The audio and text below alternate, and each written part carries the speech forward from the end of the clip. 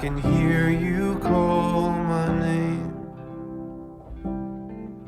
I can hear you call my name.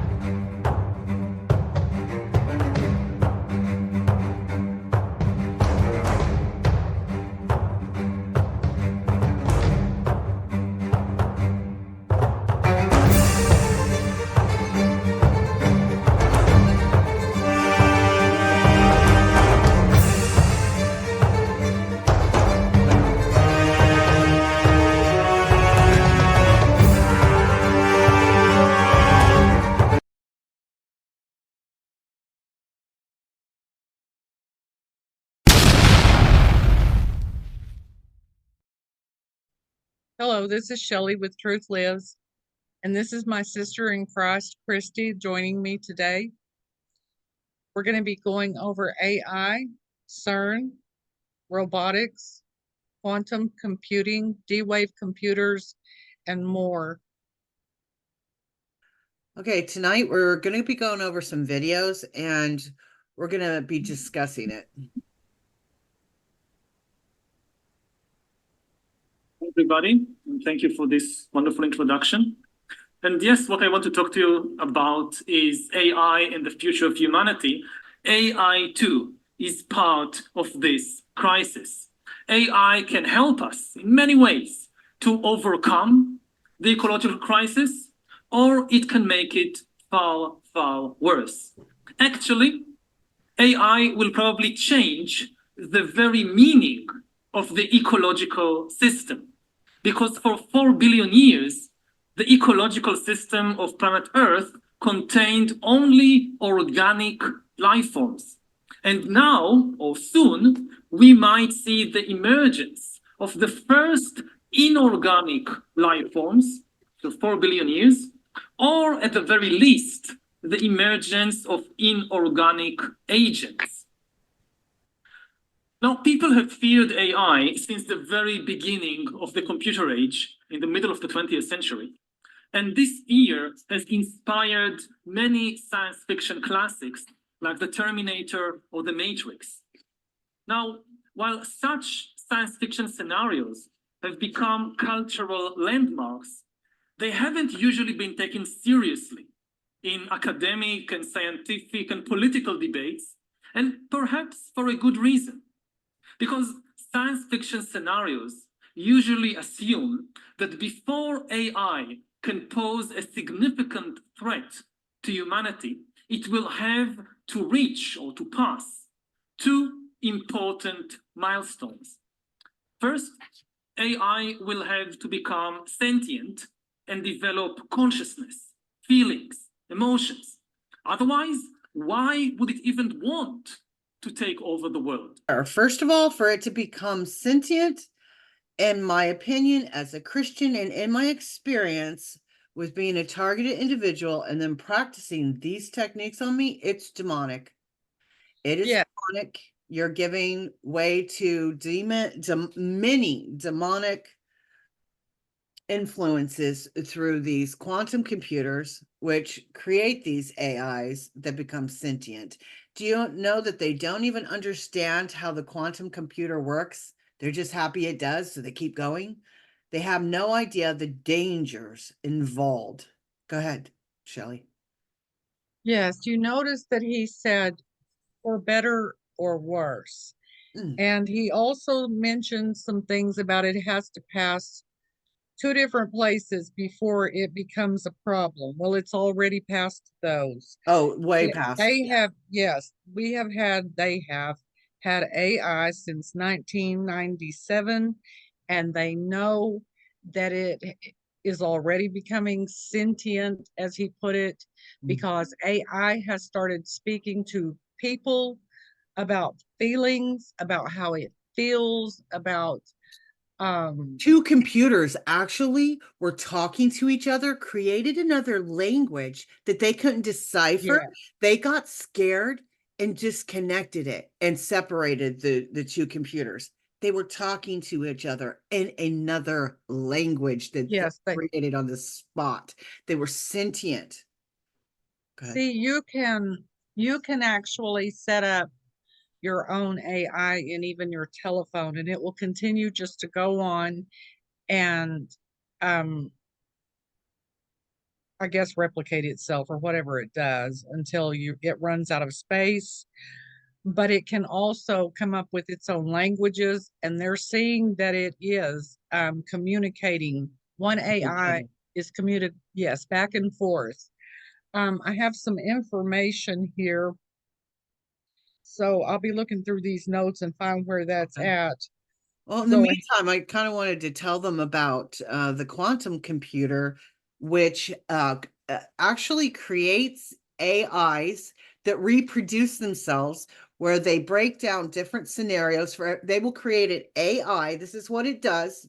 And they've been practicing this on people for years, meaning they've been experimenting on targeted individuals, just experimental, where they will, and they've been doing this on, they now have done this testing for over 20 years, several decades.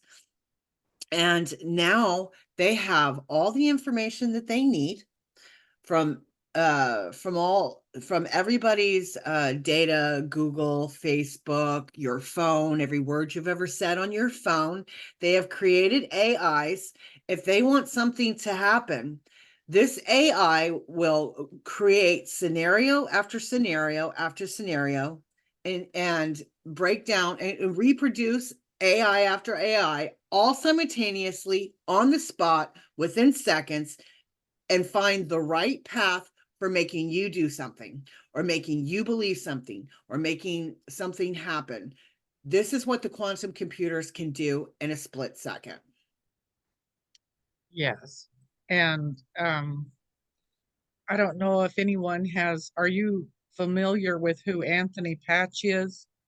The name sounds familiar. Explain. He's extremely intelligent, and he's really good at explaining, and he understands how the quantum computing works and the D-Wave computers, and how that they communicate back and forth with each other.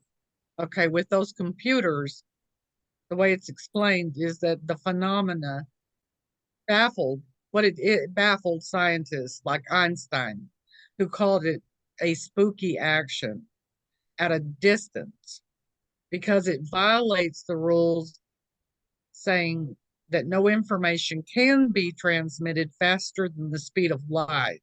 However, further research validated that with entanglement, which is what Anthony Patch discusses and explains, that with entanglement between computers and the AI systems using protons and electrons, that it communicates back and forth. And that's very interesting because they did the same thing to create doorways to the other side, like with CERN. We're doing similar things. Yes, that's exactly what I was just about to say. It also ties into CERN. Certainly does. Yes, and I believe it also is part of what they're using to tear the veil I agree with that. between us and demonic world. Let's get back to the beast system, because obviously the beast system is in the Bible in numerous places, Revelation 13 especially, with the false prophet and the Antichrist and the mark of the beast, which could be a microchip implant, nanochip, whatever. You talk about, it's difficult for me to pronounce the name of the The computer. adiabatic The adiabatic. means without heat processed. Adiabatic quantum computer. AQC is the easier way to talk about it. AQC. Okay, now you relate this to the beast system. I want to find out why. Sure. But you tell us, and I want our viewers to grasp this, that are they building this computer now? It's already been built in the model 2048. They started with a 128 model. Wait, not the year, but the model number, model number. 2048. Right. It's already built. Well, there have been multiple generations that have been built. But the early stages, like the early one, Apple. First one was 2008. Wow. The 2048 was released to the public Right. in January of last year, 2015. Now, you describe it as equivalent to 7 billion human brains. Has this computer reached that level yet? Yes. So this computer, how big is it, by the way, physically? Well, interestingly, it's housed in a black cube. Can you say Mecca? Right. Black sun, the worship of, and we go to 2001 with the obelisk, right? It wasn't a cube, but it was a black rectangle. How big of a black cube is it? So we're talking about something that's about the size of this stage here in the studio. So this computer is about a black cube about the size of this television set. Right. And yet it has the intelligence and memory or whatever that's equivalent to 7 billion human brains. That's correct. Now, this is a housing. This is a shield that separates it from all electromagnetic interference. Okay. To maintain the stability of the processor. Okay? It's what's called coherence and decoherence in computer science. But inside the cube is something that is arranged just like the spinal column of a human. And it has what are known as qubits that are essentially constructed of gold, but other components. But these are not transistor-based. Qubits are a complete departure in the technology from transistors, which are silicon gate model processors. This is a complete quantum leap into another way of processing information. And it does so quickly that it has no relevance, no comparison to the gate model transistor-based, even transistor quantum computer. So we're talking about something that most people who've not studied the adiabatic quantum computer process can't wrap their heads around. It's a very deep topic, but I want to be succinct here. It operates interdimensionally. When I spoke of earlier that they're already communicating with the other side, without having opened a gateway, a portal, a physical portal in the dimension, they're communicating using this computer because, and this comes right from the manufacturer, this is public disclosure information. I didn't have to get this in a secretive manner. They do what are called combinatorial programming. They take all possible solutions and at one time feed it into the machine through an interface, which happens to be a black cube itself, the interface device. And by their own admission, it enters into another dimension where the processing takes place, and then they extract from that other dimension the solution to the combinatorial problem. That is communication with an actual physical tool to another dimension. Now, when it's communicating to another dimension, is it communicating to a consciousness or an intelligence in another dimension? Yes. It is. Yes. Because it happens definitively, repeatedly, measurably. They're able to do this consistently. There was a lot of doubt in the transistor-based world of quantum computing that the company that put this quantum or qubit-based processor together, that they really were achieving any definitive answers and that were reliable and coherent, okay, that were stable. But they have proven over and over again. Let me give you one example of who's purchasing Google. The first model was purchased by Lockheed and USC with an open public computer laboratory that the public can access with their first model, and it has advanced through 512 model, for example, where 2 of which were purchased by Google a few years ago. They now have the 2048. The 2048 represents the number of qubits. That is connected to the Large Hadron Collider for the purpose of opening the portal and maintaining the stability of it.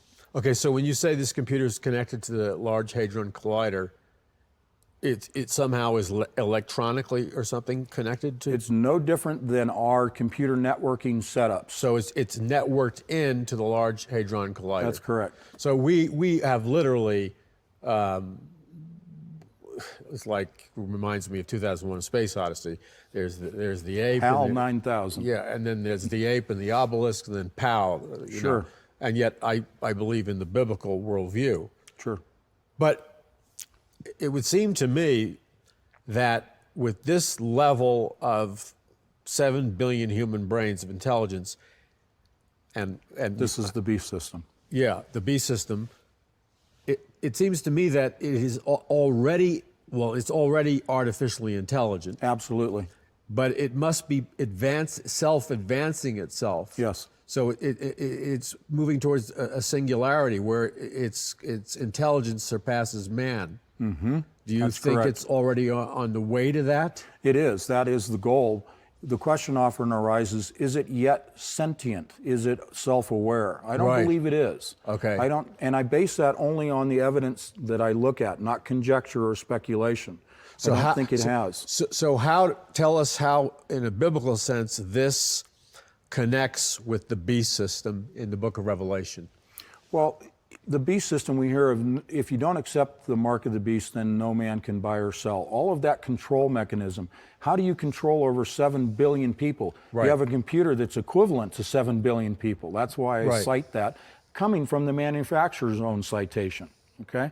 So I'm just repeating their information. But the point is, you have to have a sophisticated system to be able to control not just the movement of people and the movement of goods and transactions and governments, but the minds of people. You're creating a serf class of human beings. Right. When you accept the mark of the beast, you lose all awareness that you have even been modified. You don't even know that you've been changed. So your memory's erased, like some of the sci-fi movies. Well, in the sense of your own self-awareness, your Right. own knowledge of your soul. Okay, so when you take the biblical mark of the beast, which is technology, it's deeper than It goes to the DNA. it goes to. Tell us how it goes to the DNA. Okay. This sounds far-fetched, but when you accept the mark of the beast, what you are actually doing is accepting into your body, and there will be numerous routes to this. This can be through inhalation of nanoparticles. This can be the acceptance of a for you and your children and your loved ones.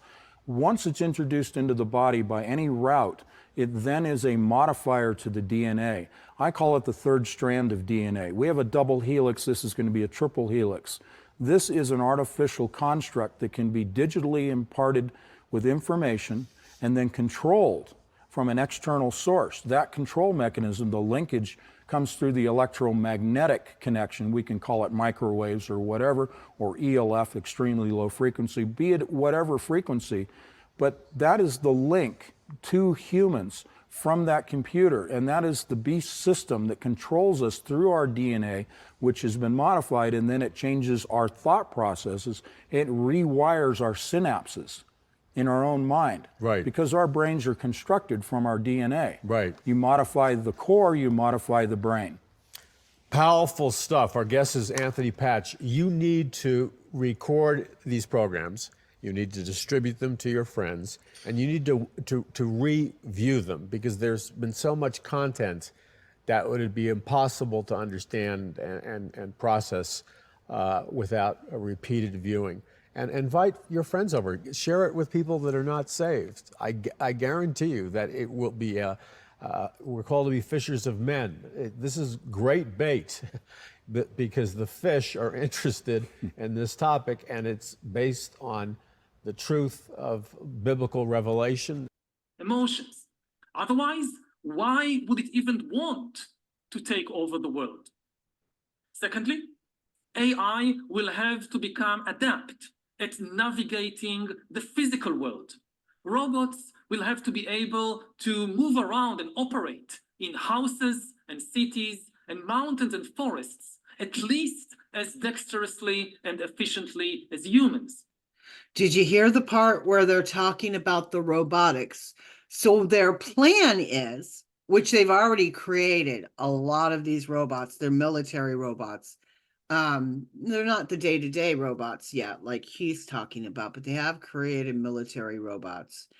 And in this case, he's talking about the AI, the sentient AI that is independently thinking and putting it into a robot that's Yes, stronger, faster, more capable, and possibility of weapons. So they that's already wrong. have those. Yes, They they do do. have them. They do They're- have those in the that have a military. China, I do believe they've done that here, and I think Russia did some of that too, didn't they? Yes, I believe so. I know that China does have some. We have some here in the United States, our government.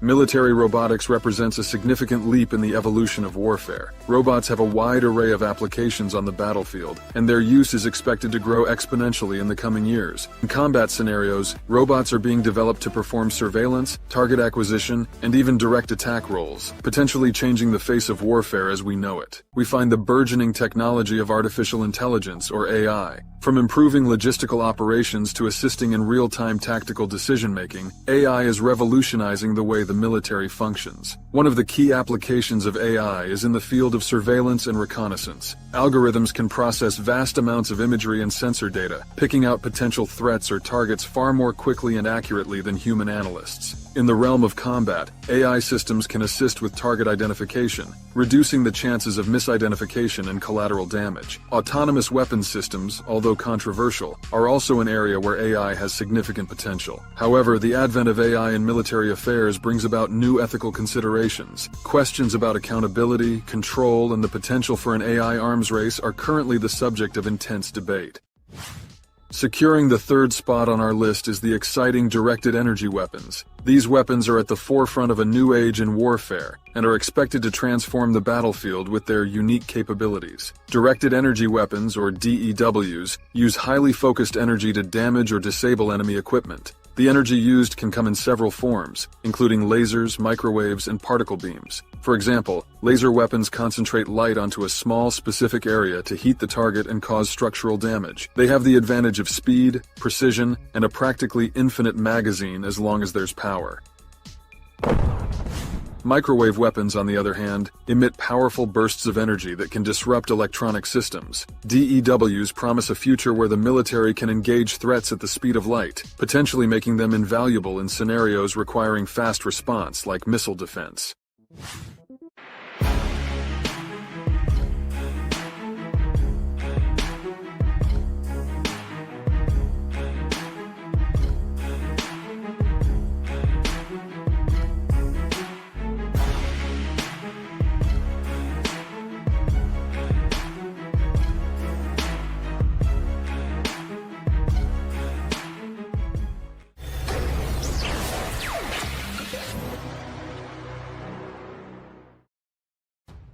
This robot was developed by the American company Vecna Technologies to rescue soldiers wounded in combat zones. However, this robot can be used not only for military purposes. The robot can not only lift a significant weight of up to 270 kilograms, but also tirelessly carry it over long distances using high-powered hydraulic drives. The robot's high mobility is also noteworthy, as 2 pairs of tracks help it overcome various obstacles in its path. The initial versions of the bear were remotely controlled by a human operator who was able to see and hear through the robot's sensors. Developments to the bear's artificial intelligence have given the robot the ability to process higher-level commands given by an operator, such as go to this location or pick up that box. If the robot is unable to execute the operator's command, it asks the operator for assistance to complete a task. The latest version of the bear robot has infrared, night vision, and optical cameras, as well as a microphone. Vision 60 by Ghost Robotics is a mid-sized, high-endurance, 4-legged robot intended for use in defense, homeland, and enterprise applications. The robot is agile and durable enough to survive all weather conditions in a wide range of environments. The Ghost Robotics V60 UGV has a rugged design, which enables it to quickly adapt to new environments using a blind mode control core. The legs and arms of the system can be interchanged. The UGV weighs 51 kilograms and can carry payloads weighing up to 10 kilograms. The system can be assembled and disassembled within 15 minutes. The V60 is controlled by an operator using a control pad, which looks like a gaming controller. The robot can walk at up to 3 meters per second and run for 3 hours, or travel 10 kilometers on a single charge. Cameras are fitted on the front, rear, and sides, offering 360-degree views and enhancing the situational awareness, which is important for users to plan effective strategies. The U.S. Army Research Laboratory has initiated collaboration with Army engineers and several industrial enterprises. The ultimate outcome of this partnership is expected to be a line of autonomous mini-robots designed for use in urban environments, mountains, and caves. One such robot, potentially, is an autonomous reconnaissance spider robot. This mini-scout will be equipped with various sensors for autonomous navigation and obstacle traversal, along with standard and thermal cameras. Robotic reconnaissance platforms will enable gathering information in conditions that are potentially lethal for humans. Flying and walking drones may no longer surprise anyone. However, the United States Marine Corps is currently working on creating a drone capable of moving both on water and on rough terrain. GuardBot is a unique robotic system designed for comprehensive surveillance and detection of improvised explosive devices. It features a sealed spherical construction housing observation cameras and sensors. Last year, the drone underwent testing in water and on land, where it was deployed into a water body, executed planned movements on both water and land, and returned. GuardBot has a movement speed of approximately 6.5 kilometers per hour on water and up to 35 kilometers per hour on land, with a surface incline of no more than 30 degrees. Inside the drone, stabilization mechanisms and a movement system are located, shifting the drone forward by moving the center of gravity back and forth. The sphere is powered by reliable Eagle Peacher batteries and can operate for up to 18 hours without recharging. GuardBot operates in two modes: remote, where it can be controlled by an operator, and autonomous. It moves almost silently and can wait for a command to execute a task for some time. A mobile sensory platform, GuardBot is designed for covert surveillance, providing remote inspection and identification of various objects, including chemical substances, using an onboard combination laser. It can also be used as an observation robot, explosive substance detector, and a transportation vehicle for carrying bombs. American company Sarcos Robotics has unveiled its powerful exoskeleton, the Guardian XO, which allows for effortlessly carrying heavy loads weighing up to 90 kilograms. Meanwhile, the operator feels like they are carrying no more than 5 kilograms. The U.S. military quickly expressed interest in the exoskeleton, as such technology could significantly enhance a soldier's effectiveness on the battlefield. The Sarcos Guardian XO is a robotic exoskeleton with 24 degrees of freedom and a walking speed of 1.3 meters per second. The system is equipped with a battery with a runtime of about 2 hours. When the battery is depleted, it can be quickly replaced. According to the manufacturer, it takes just seconds to put on and activate the exoskeleton, and learning to use the system requires only a few minutes. The Guardian XO is a robot that uses a real person as its control system. Essentially, it is not the operator carrying the exoskeleton, it is the exoskeleton carrying the operator. Therefore, despite the system appearing bulky and weighing around 70 kilograms, the person practically doesn't feel the weight of the robot and the carried load.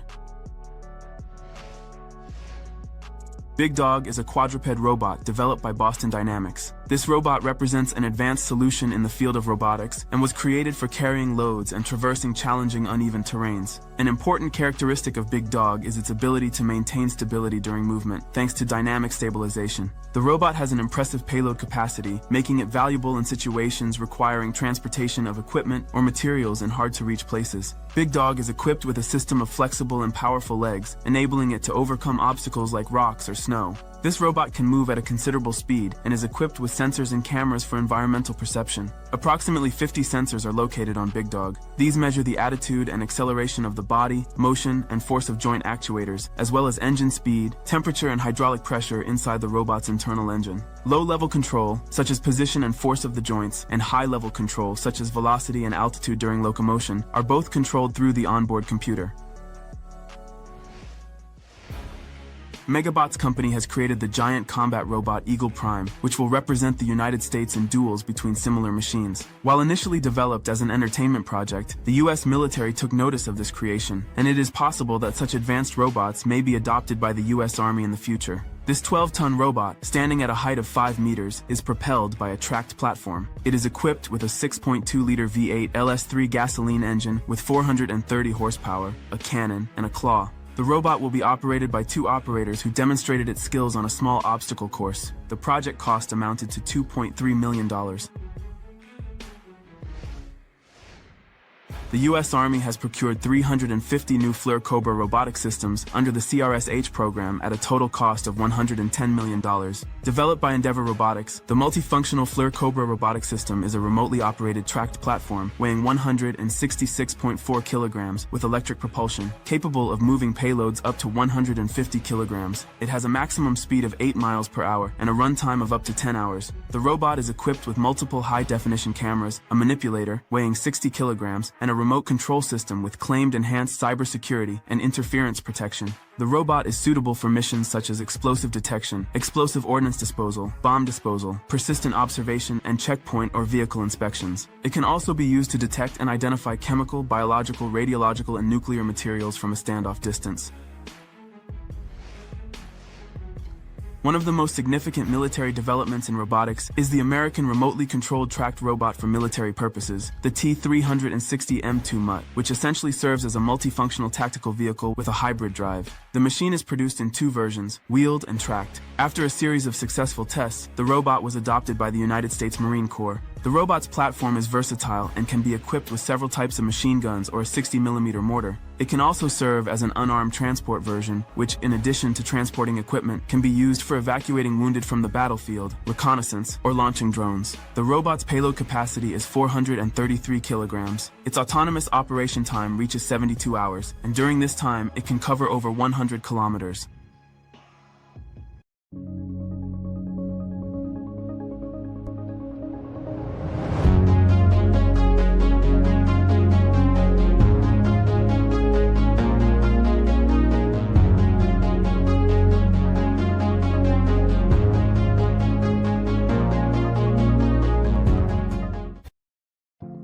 The manufacturer of the beloved worldwide Dream Robot vacuums has introduced a range of new products, including a humanoid robot and a robo-dog. Obviously, the manufacturer has not been standing still in recent years. It all began with the manufacturer boldly entering the race to produce a fully humanoid robot with a high degree of freedom of movement. The robot was first showcased at the WRC 2023 exhibition, impressing attendees by preparing coffee and interacting with them. The company claims that this activity was chosen merely to demonstrate that their robot can perform real tasks. The robot's dimensions match those of a human, with a height of 178 centimeters and a weight of only 56 kilograms, quite light for a humanoid robot. Its drives provide 44 degrees of freedom, controlled by an advanced motion control algorithm using numerous sensors. Greater mobility increases the need for intellectual computations, an area where the manufacturer has excelled by testing the best algorithms on the world's best robot vacuum.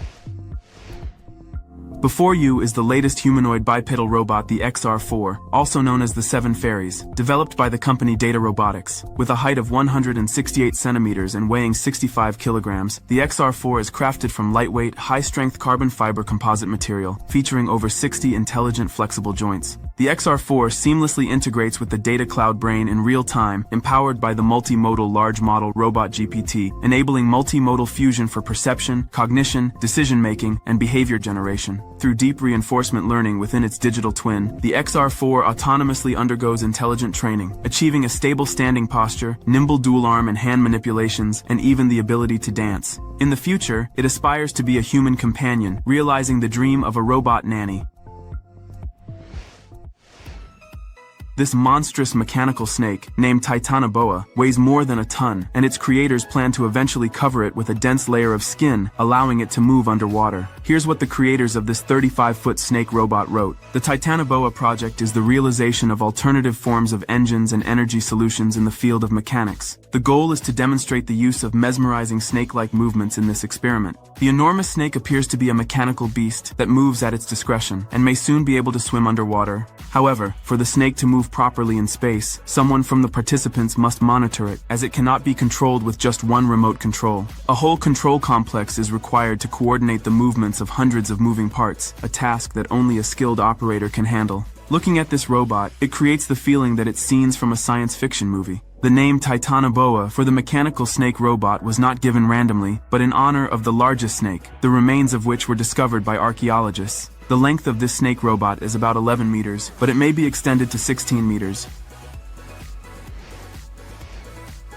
This is Carobot 4, a robot that is impossible not to fall in love with. Mobile manipulators are robots everyone wants because they have the greatest potential to do what matters to us, and they do it better, faster, and easier. Before machines achieve perfection as consumers desire, it will take some time, but with each new update, we are getting one step closer. Today, this next step is taken by the Carobot 4 robot from the Fraunhofer IPA company. This robot is a successful symbiosis of design and engineering thinking, functionality, and emotions. Its sleek design with 2 arms on the sides and a head hints at a human form. However, the developers didn't want it to resemble a human too much, as it would lead to unjustified expectations of its capabilities. Its internal values remain human. It always maintains a respectful distance, shows that it understands and intends to do something, and can express simple gestures and emotions. Carobot doesn't have a specific function. It can find many applications, being your personal home assistant or used as a service robot in restaurants, hotels, conference halls, or even medical facilities. Those who acquire the robot can choose not only the software, but also to some extent, the hardware.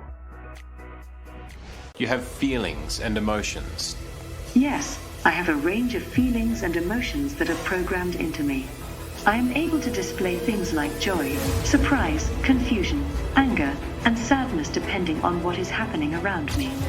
In a not-so-distant future, the question is no longer if, but when robots will become the backbone of our workforce. While the idea of robotics mingling with the military might raise eyebrows, there's an undeniable fascination that stems from our love for killer robot movies. Boston Dynamics, a top player in robotics, has made incredible machines that go beyond imagination. These robots show a future where mechanized soldiers replace humans on the battlefield. So what's Boston Dynamics' plan? How do these robots fit into a world that potentially sidelines the need for human soldiers? Join us as we explore the purpose behind Boston Dynamics' efforts in building a super robot army.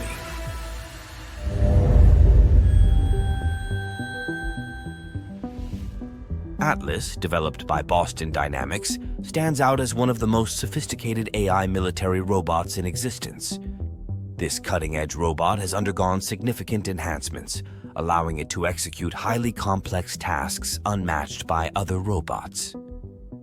Boston Dynamics has been a frontrunner in crafting AI robots for military applications for more than 2 decades.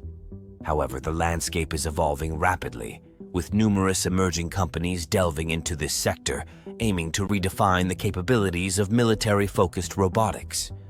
Before the more recent big dog military robots, Boston Dynamics created impressive robots like Big Dog back in 2005.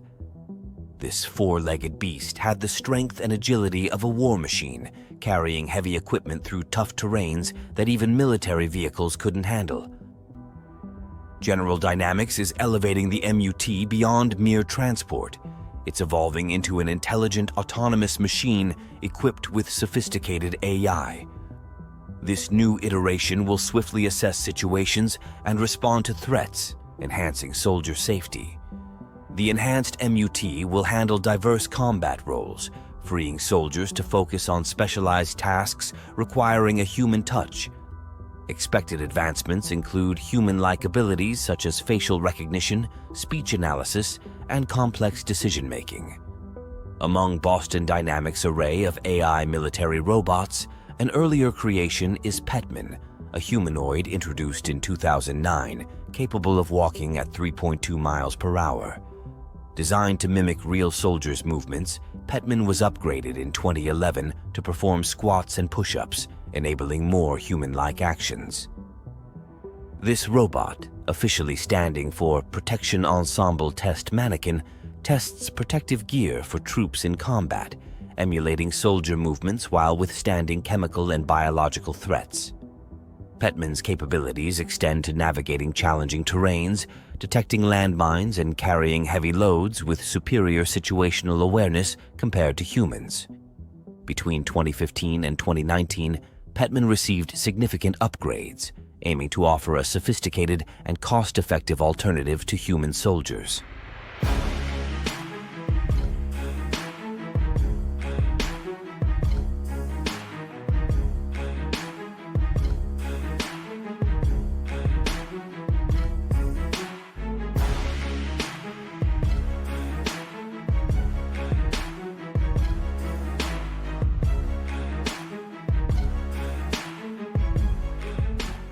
CMP noted that companies developing humanoid robots face challenges in consumer market implementation. Such robots are mainly used in laboratories and can cost millions of yuan. At the IDEF exhibition, the Chinese company Xi'an showcased its helicopter-type drone bomber Blowfish A2 and its new development, the helicopter-type strike UAV Blowfish A3. The drone can be equipped with air-to-ground missiles with radar guidance or precision-guided bombs with laser guidance weighing 6 kilograms, along with machine gun weaponry. This electrically powered drone operates silently, making it ideal for reconnaissance missions and stealthy approaches to the enemy beyond radar detection.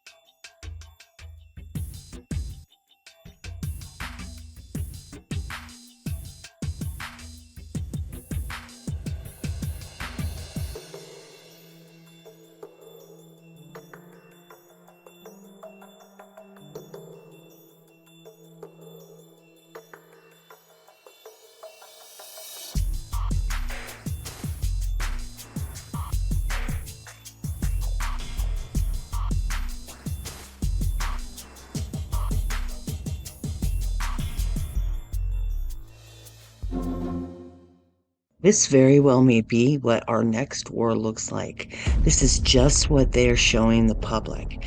They are doing so much more with their weapons of destruction and mind control behind the scenes, on a worldwide scale within the deep underground bases, where they make their plans for our future destruction and depopulation plan on a worldwide scale. After the dust settles, from out of the ashes they will rise and implement the full mind control beast system they have been planning for the humanity left over. Anyone that thinks that the technology is not real and this is just sci-fi has not been paying attention. They have supercomputers like the D-Wave and all the following generations of such that have been mentioned in this video. They can and do use V2K, which is voice-to-skull technology, as well as directed energy weapons and much, much more. They have been testing out these weapons on people like myself for decades, and they are primed and ready to go. Now back to the show. But China has its own AI. It also has, a lot of different types of robotics. And some of them are beginning to look more and more human. Because people will be more open to them being around and communicating with them and meshing into the community in a better way. If Yes. look more human, because humans will relate to them with expressions on their face when they speak, like, oh, I'm concerned, or how are you? The eyebrows, the mouth, the nose. And let's keep in mind that that's given an opening for demonic possession. They're giving demons a robotic suit. When you have humanity, that there are people who are working for evil, and that is their goal in life. That is what they do, just like the shadow government that you hear that we've talked spoken of so much. When they're the ones running it, they're the ones doing it, they're the ones that are setting all of this up. And you also have the demonic world that's pushing them and driving them. Then yes, that is a problem. That's how it's sentient, and that is where the problem comes in. Yes. See, there's nothing new under the sun. The fallen angels, they already do these things. They have biological suits. They have robotics. I mean, look at the old time Men in Black. They're very robotic. You don't hear about them as much because personally I think technology's changed, although that might have been the United States technology from back then, and it's improved since.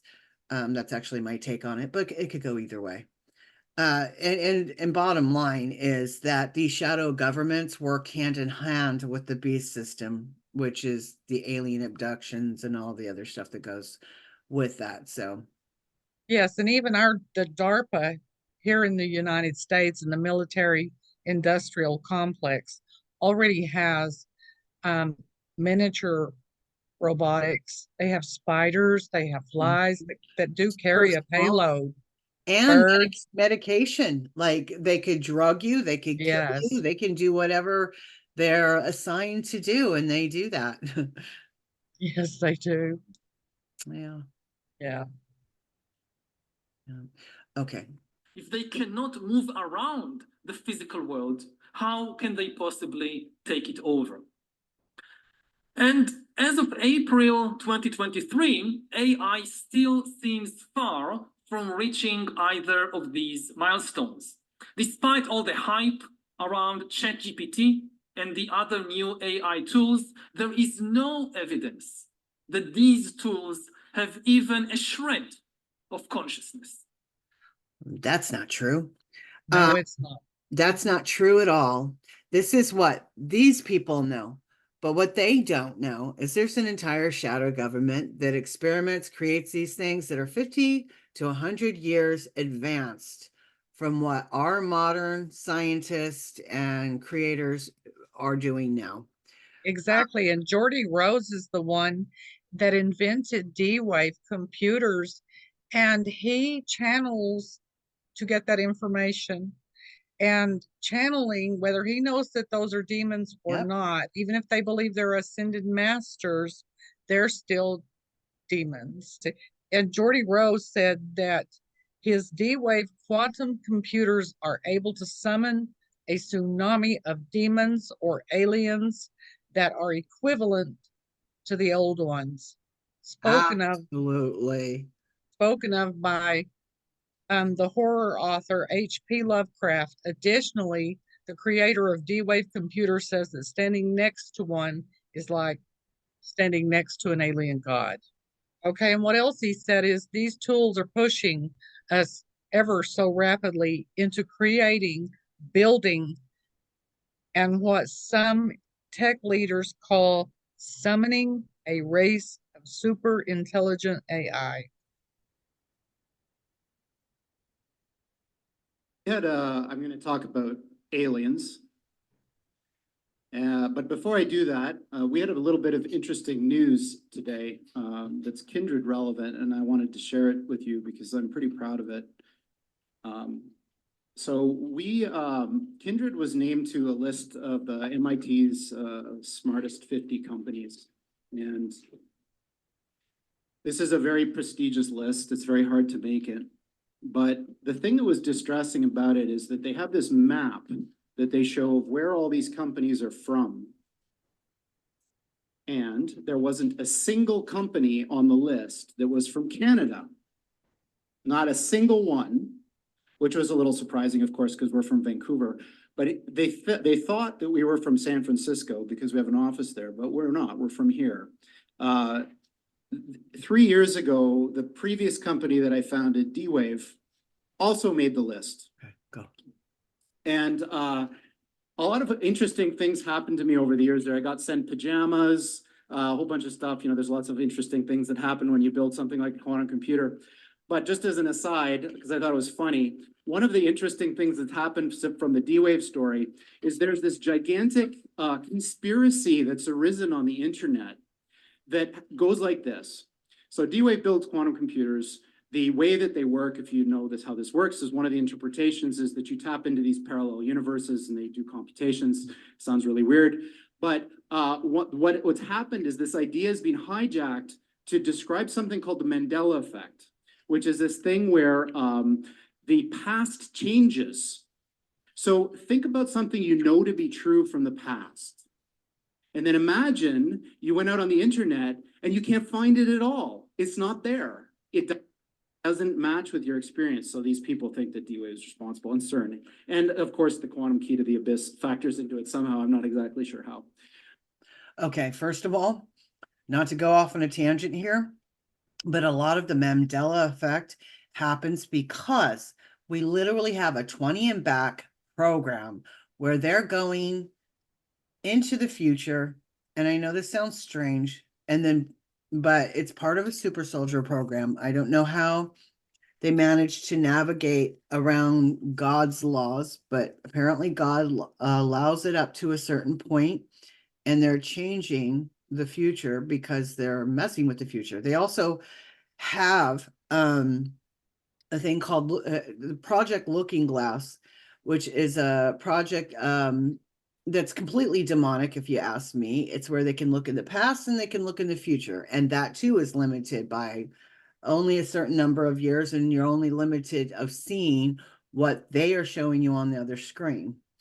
But they have managed to get a lot of information like that. And it's like the butterfly effect you hear of all the time. When there's one tiny little change, it could have a ripple effect that creates something called the Mandela effect. Yes. Information about the future, it can affect everything. Even the smallest little thing that changes can really ripple across. Yes, I heard someone explain that very well the other day, talking about how it's really not so much that it actually changes everything, but it does not everything, cause a like a glitch, what we would call a glitch. I heard a woman in the past, yes, explain that to L.A. Marzulli extremely well. She was an older lady, and she's just very intelligent, and she's also very talented. And he interviewed her, and she was explaining something to him that would have to do with the resurrection. I mean, this woman's intelligence is way over my head. The way she describes how it would have caused time to like the earthquake that occurred when Jesus died on the cross. Yeah, it was extremely, sounds interesting. I wish I could explain it better than I do. As far as what God allows, I believe God allows certain things, but he puts limits on most of what they do. I think they kind of get around it because the alien technology, we say alien, but that really means the hybrid children of the fallen angels and the fallen angels, and maybe their biological suits, which are the smaller grays. But when we say that, I personally believe that time is different where they're coming from. And in between where they travel, which I call the angel of the highway of the angels, in that space right there, there is no time, because there's no time where God is. It's eternal. And so the angels coming back and forth into our dimension, there's a space there. And I think that's the space in which, in the second heaven, in which they are traveling and doing what they're doing. And I believe that the fallen angels are working together with this shadow government that is across the world, not just in the United States. And this is how they're able to navigate through and manipulate time, because they're going to a space that does not have time.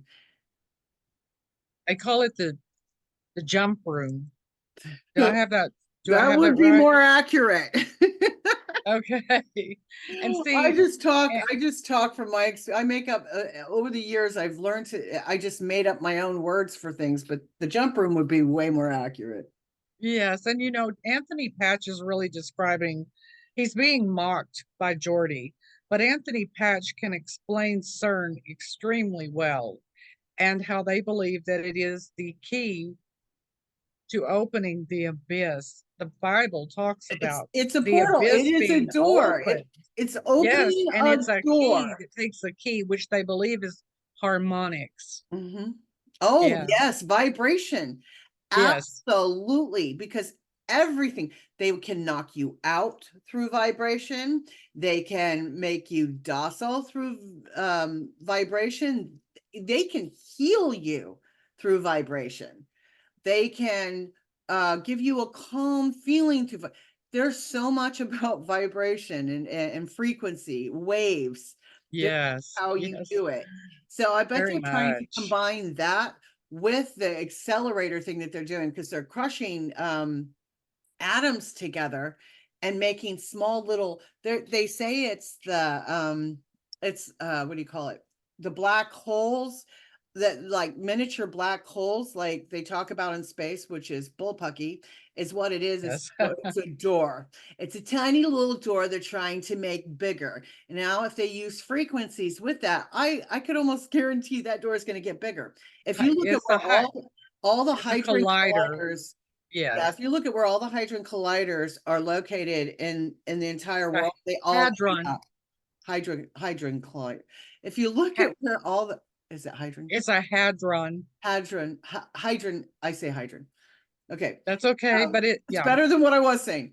If you look at where all the hadron colliders are lined up across the world, they all are in a sequence to where I personally believe that they're trying to create one big door. Yes, I believe they are too. That's my opinion. Yes, and you know, when God spoke everything into creation, it had vibration and resonance, excuse me, but he set a resonance with his voice, with him speaking creation. Absolutely. And mankind has found a way to alter resonance, and it affects even the DNA. It's in this D-Wave. I did that for about 15 years. It was a lot of fun. Big science project that we turned into a commercial entity. That was a warm-up for Kindred. So Kindred is much, much, much more ambitious than D-Wave. And what Kindred is trying to do is build real AI. So what you've heard about AI is not what we mean by AI. What we mean by AI is a software system that can do literally anything that a human can do. Literally anything. And obviously, computers are better at things than people in lots of different ways. So now imagine, not only can they do everything that a human can do, but they can do everything that the best human at any task could do better than them. Way smarter than every single person in this room, in ways that we can't even comprehend. So this, of course, triggers a lot of alarm. One of the guys who talks about this is Elon, who says things like this, like, when you do this, beware, because you think, just like the guy in the stories, that when you do this, you're going to put that little guy in a pentagram, and you're going to have your holy water out, and you're going to wave it at the thing, and by God, it's going to do exactly what you say and not one thing more, but it never works out that way. So this is an attitude that some are having, this emerging alarmism about the way this is going to go. But these words, demons, doesn't capture the essence of what's happening here. See, he knows. Sorry, I think it does capture the essences. Yes, and it does capture the essence of what's happening here. I think he pegged it right there. Yes, and they know it's demonic. And the thing is, why would they want something that's more intelligent than humanity when God created man to have dominion over the earth? Absolutely. Well, first of all, because there is a great reset coming. All these types of people are included. I mean, come on. They're working for the beast system, and he made it very clear. He knows exactly what's going on and what he's doing. Let's see what else. Yes, I noticed that. Yes. They're very aware that it ties into the beast system. It's deliberate. Absolutely. Because they want power, you know. They want to create their own God. They want the power. They think most of these people that are part of this, that know what's going on, they think they're going to be little gods. They think they're going to have some kind of power and some kind of position. And yes, they do. And it really hit me. No, it's not. And it just really hit me here recently, much more than it has, with a righteous anger over what they're doing to humanity. Absolutely. And to God's creation, because they know they're out to destroy humanity. They think they can survive it, but the rest of us can't. They're tainting everything. They don't know that the war has already been won. It's done. Amen. War is won on the cross on Calvary. Absolutely. He's done. Doesn't capture the essence of what's happening here. I don't know if any of you are turn of the century weird fiction fans, but there's this guy named H.P. Lovecraft, who's a very famous American weird fiction author. And he espoused a view which is called cosmicism. And the essence of cosmicism is cosmic indifference. So what he was saying is basically, yes, there are these massively intelligent entities out there, but they're not good, they're not evil. They just don't give a shit about you even in the slightest. The same way that you... Well, that should tell you what they are. The same way... Yeah. And he still wants to, They are move evil. forward with AI and robotics. Good job. Yes. Good job. And demons What's wrong have with no you? good They in don't them. care anything about you. So let's do this. Right. They know demons are evil. They're not capable of good. There's no light in them. They're dark. No, God, they weren't created by God. They were No, created even against God's laws. I mean, yes, and even they're the dark. fallen angels are dark beings. They're continually falling away from God. They have no light in them, no good, and they hate humanity. They're very malevolent. Because we're made in God's image. God loves us. We're not fallen. Yeah, we're full of sin, but God remedied that. Okay, so all you have to At do the is accept cross. accept The the blood of free gift of Jesus. salvation. Ask for forgiveness. Repent. Repent means turn away from your sin and read the word. Get to know the Lord at an intimate level. It can combat any of this crap. Yes, Anything that comes. it's the only thing. It's the only thing. The only real power is in the Holy Spirit. And as a child of God, you have authority in the name of Jesus Christ. Yes, The Holy God Spirit. in Christ. Mhm. Yes. So just putting that out there for some of you that aren't saved yet. And if you ever want us to pray for you, please drop us a line, put a note at the bottom, and we would be happy to pray with you. They're not going to care about you. And these things that we're summoning into the world now are not demons. They're not evil, but they're more like the Lovecraftian great old ones. There are entities that are not necessarily going to be aligned with what we want. You mean the fallen angels? Okay. So this Sorry. transition. That's is who those really, people really are, by the way. massively important for our entire species to navigate. And going back to that thing that Sam Harris was saying, nobody is paying attention. This thing is happening in the background while people bicker about politics and what's going to be in the healthcare plan in the US. And underneath it all is this rising tsunami that, if we're not careful, is going to wipe us all out.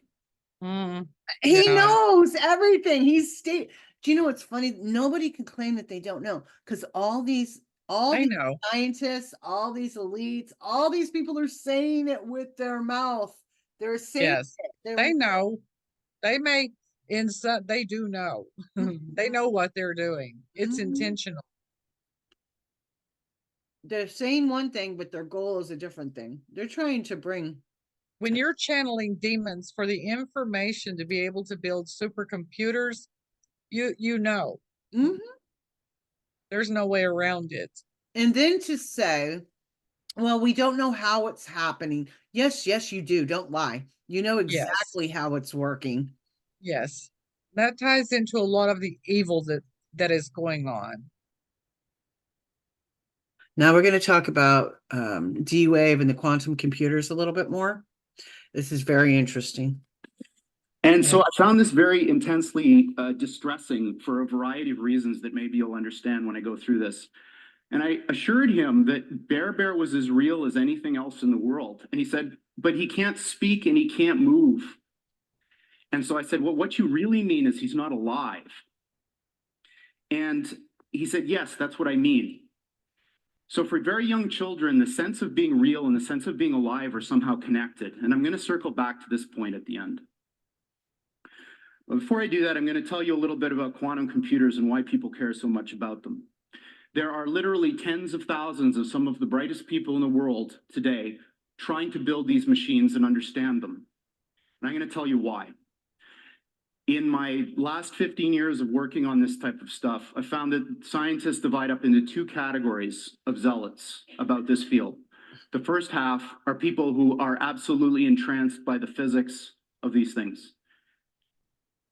This quote is from a respectable scientist, in fact, one of the founders of this field, that may look a little strange to you who don't follow theoretical physics, but there is a very clear prediction that our most successful theory of nature makes. And that is that there are an enormous number, mind-bogglingly large number of parallel realities, as real as this one, that have different consistent histories. So imagine a world where all of the laws of physics as we know them are obeyed, but different decisions were made along the way. Different decisions at the level of tiny microscopic particles, different decisions all the way up to what you chose to eat for lunch and whether you chose to come to this session or not. Quantum mechanics makes a very specific prediction that all of those are as real as the thing that you remember. And this is bizarre because we don't see those other things. But science has reached the point now where we can build machines that exploit those other worlds. And quantum computers are perhaps the most exciting of all of these that we have within, or almost within our grasp right now. So people from a physics background love this. They want to understand the world. They want to understand the universe, how it all works. There's another type of person who tends to come from the computer science side that's like, yeah, okay, that's all great. But there's a different thing going on here, which is just as exciting, if not more, and that these machines that supposedly can do this wild stuff, let's forget about how they work, if you could build one, could solve problems that you could never, ever solve with any computer of the sort that we build. If you took every single atom of silicon in the world and made the most sophisticated conventional Intel-style processor that you could build, there are problems we know of that I could write down on a sheet of paper that you could never, ever, ever solve with that thing, that you could with this kind of machine. So that's very exciting. Humans use tools to do things. Like I said, they use these quantum computers to figure out problems within a split second. Which scenario would be best to manipulate somebody? They play war games on this.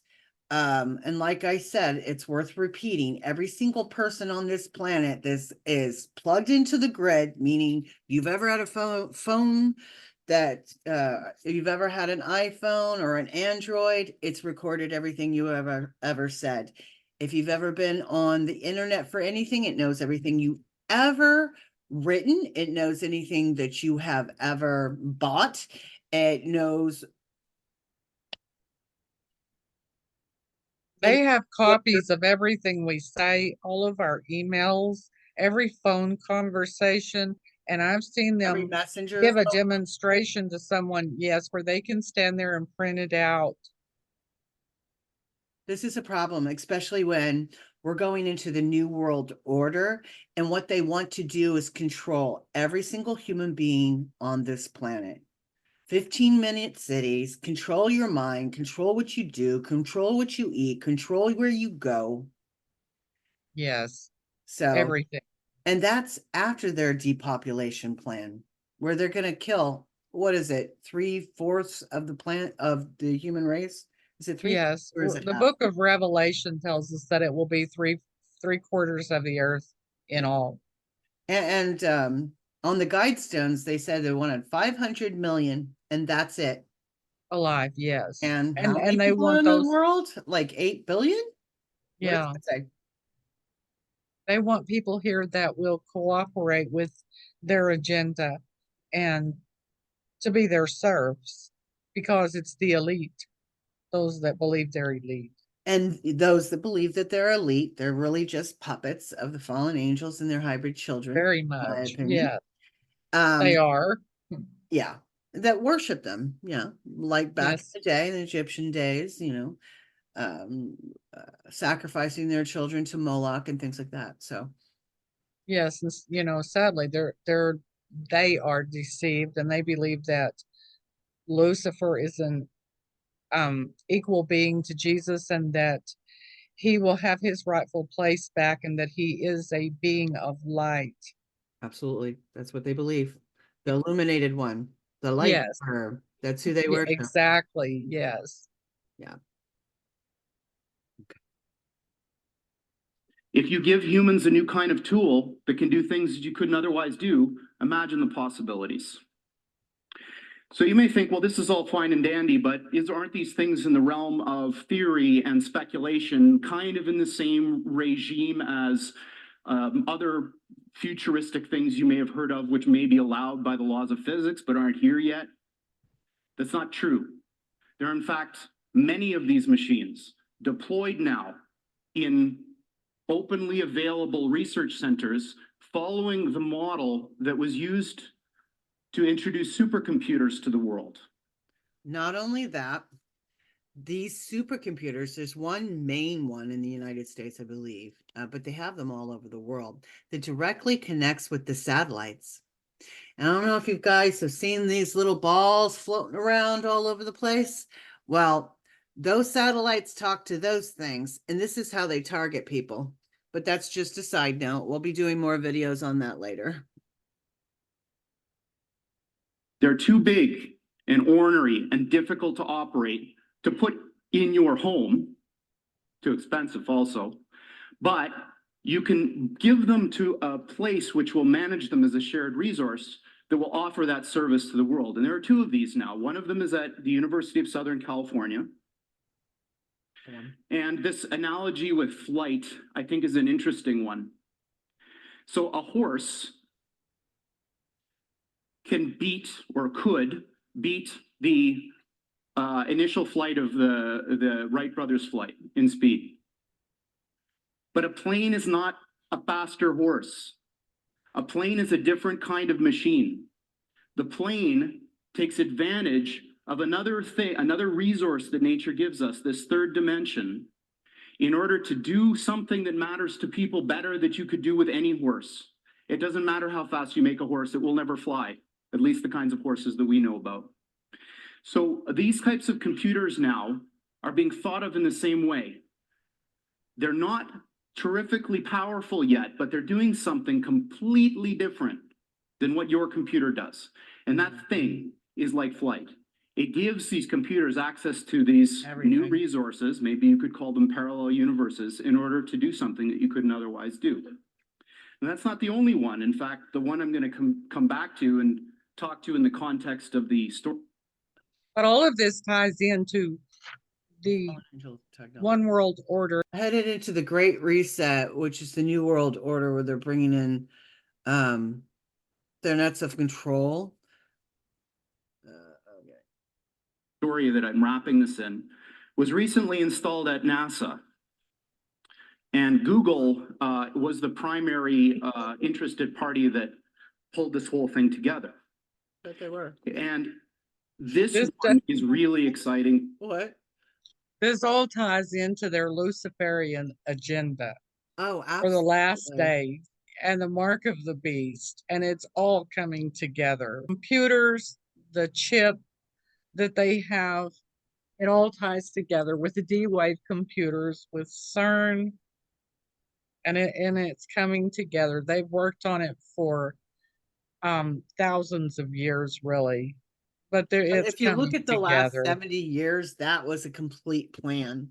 Like the last, where step by step by step by step, they knew their time was short. They knew that this was now the time that they were going to do it. So they moved faster in the last 50 to 70 years than they ever have.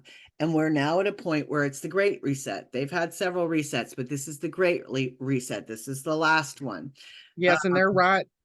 They're right at the doorstep of the mark of the beast, and they're pulling all of that together with the D-Wave computers, CERN, the telephones, all of it is it's all connected, and smart things. Mm-hmm. And they made it all for our convenience. Oh, you can, for shopping, connect to one another. What it was for was control. They control our minds with the media, the news, television. They've weeded God out of the school. They control what you think through the school system. They tell you what to believe. Instead of people, really reading and finding out things for themselves, they listen to what the mainstream tells them. And it directs people's, hate, the way you think, which side you're taking. It's all just a distraction from what they're doing up here. But see, they pulled it all together too, even through Facebook and other social media. They've used it along with AI, along with yes, psychology to get to manipulate humanity, people, into going the direction they want us to go, doing the things that they want us to do, and that we have actually, people have just fallen into that. Absolutely. With where it's been leading without even knowing it. I mean, even the games that are on there are set up to be a distraction and also to learn about each one of us. They learn, just like, any type of psychology, it can be used. Yes. For Yeah, evil. to know, yes, but it can also be used just like the way they use it for, say, a serial killer, so that they can tell, what time of day you'll do something, where you may go, what your habits are, the type of people you would be inclined to hang out with, Yeah. and just everything. So they're using all of that information and our pictures, and now it's to the point where Our voice. AI can pick up our voice, and it can be manipulated, and it can also take 2 or 3 of our pictures and pull it together and just use that and make it look like it's really the person they're speaking. Yes. Yeah, I mean, they can make it like it's lifelike. AI can. And if you try to buck the system when they're really, really in the control, they have technology that will put an end to that fairly quickly. They've been testing it on people like myself for the last 20, 30 years, and it is no joke. When I say it's no joke, we're talking about a voice to skull technology. They Sesame. all kinds of mind control. They've been testing out these weapons of destruction on it could an entire building full of people, or it could be one person. The other thing I wanted to bring up, because Shelley just brought it up, is the mark of the beast. Oh, the mark of the beast. Also the microchip. The microchip. So microchips, they've been testing out as well for many, many years. Yes.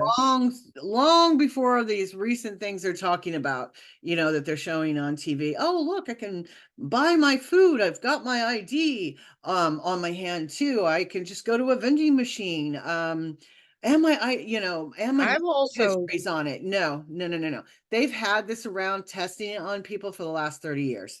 Yes, and I've seen them where they've demonstrated even using tattoos that grow into the skin or into the body. And it's another part of the mark of the beast system. But it is it's a tattoo, but it's a computer chip. It is a chip. Now is applying this beautiful new computational idea in the service of trying to make intelligent machines. Now, I can't think of anything personally any cooler than trying to use quantum computers to build intelligent machines. So this is very exciting to me. Steve Jurvetson has been a longtime friend and investor in the company. And for those of you who don't know him, he's a Silicon Valley investor who's probably the smartest VC that I know of, and certainly the one that's the most attuned to technological trends. He's on the board of SpaceX, Tesla, Synthetic Genomics, which is Craig Venter's company, is trying to build artificial life, and D-Wave, and that's it. And this is his particularly poetic way of framing the difference between the machines we build and conventional computers. This is what they look like. There are 2 of them. These are from our lab in Burnaby in British Columbia. From the outside, they look like giant black monoliths, big metal boxes, about 10 feet on a side, 12 feet tall. And they are powered, they have a fridge inside them, a refrigerator that cools these chips to almost absolute zero. Just a wisp, a fraction of a degree above absolute zero. Hundreds of times colder than interstellar space. Amongst the coldest and most isolated and extreme conditions that humans have ever been able to engineer. These fridges, interestingly enough, which are called pulse tube dilution refrigerators, have a thing called a pulse tube, which emits a sound roughly once per second, which sounds eerily like a heartbeat.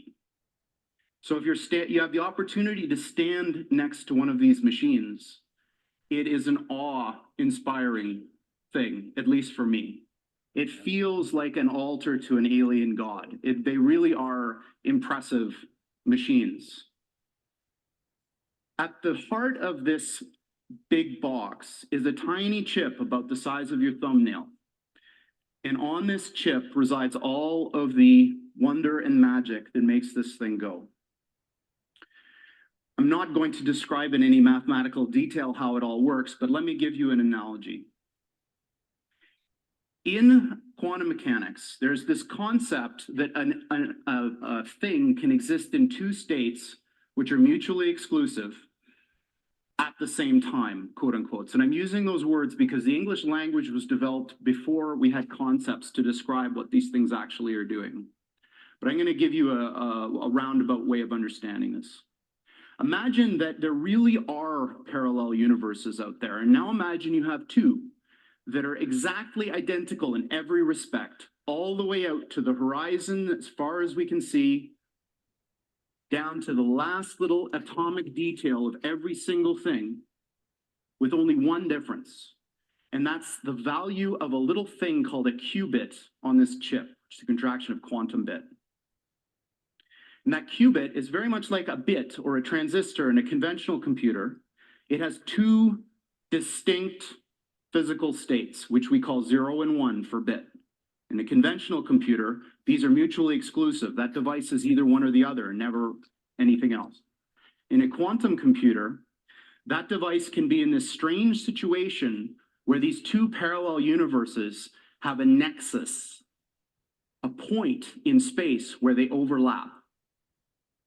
And when you increase the number of these devices, every time you add one of these qubits, you double the number of these parallel universes that you have access to, until such time when you get to a chip like this, which is about 500 of these bits, you have something like 2 to the 500th power of these guys living in that chip. So the way I think about it is that the shadows of these parallel worlds overlap with ours. And if we're smart enough, we can dive into them and grab their resources and pull them back into ours to make an effect in our world. Now, this may sound very odd to you and bizarre. And in fact, I am using language that a normal theoretical physicist probably wouldn't use. But this is what I'm telling you is absolutely correct and in line with the way that these things actually work. Could that be what Einstein called spooky? I would say so. And this is right in line with the stuff that I was talking about earlier. These are things people shouldn't be messy with. Yes, and that chip he's showing looks just like the tattoo, basically. Wow. Yeah. Mm-hmm. So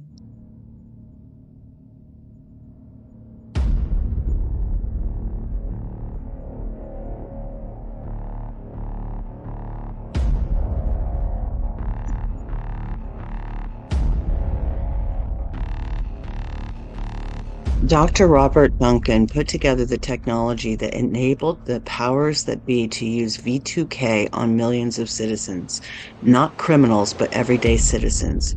Dr. Robert Duncan recently had an interview on Jesse Ventura's program. When I tried to air this footage, they banned me from including the footage within my video. He had a smug look on his face while showing no remorse as he talked about the techniques and horrible effects it has on humans. This is an in-your-face mockery of the humans they target and torture. Basically, he is saying, we have the power and there is nothing you can do about it. But they don't know my God. This is a very real technology. For more information, go to targetedjustice.com.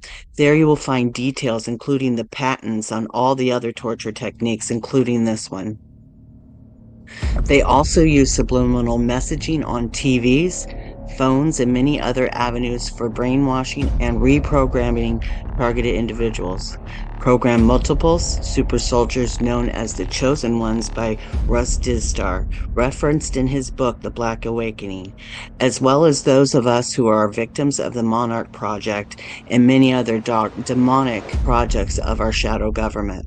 When that doesn't work, they scoop the victims up off the street or from within their homes and try to do a reset, or what I call reprogramming. There are many tactics they use. These are just a few. This needs to stop. Come, Jesus, come. When he does, they will be begging the rocks to fall on them while they hide in the underground bunkers they made for themselves while they enact their depopulation plan for the Great Reset. But when the King of Kings and the Lord of Lords shows up, there will be nowhere to hide. Repent now before it's too late. Okay. The voice to skull is the one I had that it wasn't like a dream. I really thought it was happening. And I was calling on the Lord as saying, help me. I mean, this is real, because all of a sudden in my mind, it's like something took over it and it was a scream. And I couldn't get it to shut up and I couldn't get it to shut off. I couldn't get it to change. And I'm saying, but Lord, I don't know what to do here. I mean, I don't know what to do with this. How do I stop this? I mean, I've got to stop this. Yeah. I mean, and I wasn't awake. And it's just like there was like some kind of staticky noise going across the screen or in the sound. And in the screen, it's got this red and white is all I can remember flashing back and forth through the. Oh, yes. And I'm saying this is real. This must be what happens to Chris. Is this what happens to Chris? This is what happens to Chris. Yes, and I'm saying, this is Lord, what I happens to rebuke Chris. this. I rebuke this in the name of Jesus. And I mean, I'm just going through all of this in my mind. It's like I'm supposed to be asleep.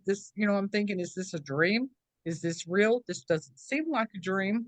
And they get you to the point where you don't know whether you're really there or you're tied down to strapped down to a chair and they're making you see what they want you to see. That's how bad it can get. Most of the time, it's not that bad. I mean, it's bad, but it's not that severe. They do attack your dreams. I have, like just a few minutes ago, I started feeling that and then it stopped. Yes. It's you're not really hearing it, you're feeling it. You're feeling the vibration from it because it's at a frequency you can't even hear. Yes. It And wakes me up or I wake up that way. and then they connect. Once they've connected, then they can put whatever they want in your head. But if you're smart and you've had this happen a few times, you're very, very aware. But it can be extremely overwhelming when they really crank it up. Yes. But let's just watch this clip. It tells us a little, give you a little bit of insight into what some of us, like Shelley and myself, have gone through. It's a nightmare for me. Now I'm just being attacked because of the information I'm putting out, and I'm writing a book. And I believe that's why. But when it started for me, it was about experimentation. They were fine tuning their weapons for decades. They're very, very good weapons. The only thing that can defeat these weapons is the Lord Jesus Christ, the Holy Spirit inside you, period. And even then you're going to have a struggle. Not to say that God won't get you through, because he 100% will, but this is fallen angel technology. There's, like I said, there's nothing new under the sun. They've been doing this for a long time. We've now come to the Great Reset. You'll hear president after president saying it over the last 50 years. Okay. Well, it goes from New World Order to One World Order to the Green New Deal. They change it up. Yeah. Well, those are their catchphrases, and that's what that means. God bless everyone. Thank you for joining us. We look forward to seeing you next week. Shalom, shalom. Shalom. I can hear you call my name. I can hear you call my name. I can hear you call my name. Come to the table.